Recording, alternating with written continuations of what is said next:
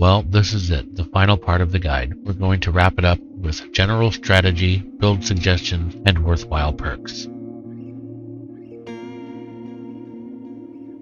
One of the main ways that Hag is entirely unique is that she offers different types of gameplay which are both equally strong. The main way most players will play Hag is defensive, using her trap to defend objectives like gens, totems, and hook. This is a great approach for survivors that are objective-oriented, as it will force them to divert their attention to attempt to break through that defense, either to get gens done or unhook teammates or cleanse totem. Use a few traps to defend objectives, and keep a few in your pocket to trap around survivors as you find them throughout the game. Now, along with this strategy comes a very commonly espoused tactic of quote-unquote forcing a 3-gen. This is something that I cannot and will not ever recommend, and have even made a video showing just why this is a bad idea. What it is, in short, is immediately as the map loads, finding 3 or 4 generators that are the closest together on the map, heading there, and setting up all the traps in that general area, and never leaving. This may work for less experienced survivors, but as you get stronger and stronger with Hag, you'll go against more and more skilled survivors. This will not work against veteran players,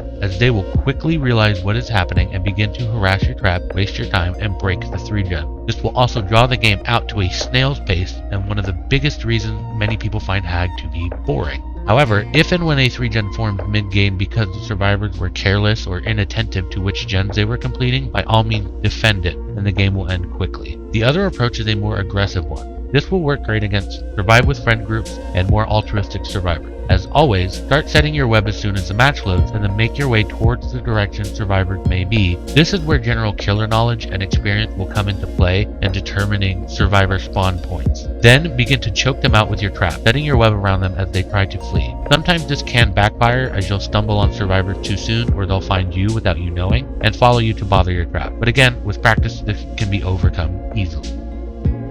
Next, we're going to end with some suggestions for strong builds and perks for the Hag.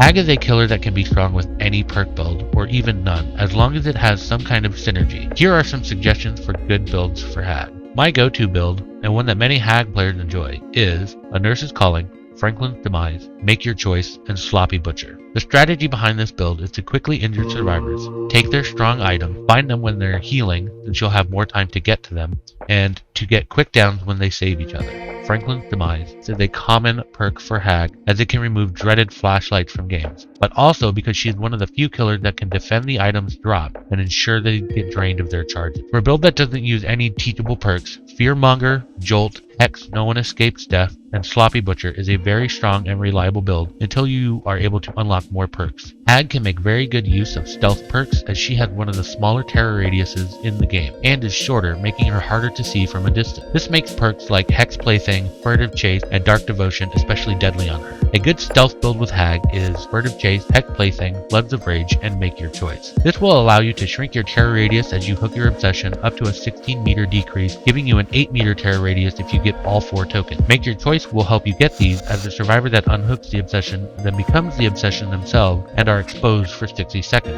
And Floods of Rage will help you track them down, and Plaything will help keep you hidden. Hag can take advantage of other aggressive perks and builds, as she quickly gets hits and tracking on survivors simply by using her ability. An especially strong and aggressive build uses the new Wesker perk, Awakened Awareness. Paired with Agitation, Starstruck, and Make Your Choice, it can end games just as quickly as they started, even faster than 7 minutes. As she is the killer that introduced them, Hag can easily defend and make great use out of Hex build. Defending the totem is part and parcel of her ability. You can also take advantage of the survivor instinct to cleanse totems with perks like Hex Pentimento and Hex Haunted Ground. Especially if you try to defend something like Haunted Ground, they will assume that it's something more important. Hag does have a major early game weakness, as she needs this time to set up her trap. If you feel that generators are being completed too quickly, using end game perks can help you catch up on the time and hook from the early game. A good end game build for Hag is also one that includes a new perk from Wesker, Terminus. Pair this perk with Hex No One Escapes Death, No Way Out, and Remember Me, and snowballs the survivors after building their false hope of survival. Finally, the absolute most punishing, meanest, toxic build that I have ever run on Hag is Hex Third Seal, Hex Plaything, Knockout, and Scourge Hook Monstrous Shrine. The core perks of this build are Knockout and Third Seal. The other two can be anything else that fit in line with these, such as Make Your Choice, Furtive Chase, etc. Other perks that are strong on Hag that can be swapped into most builds are Blood Echo, Corrupt Intervention,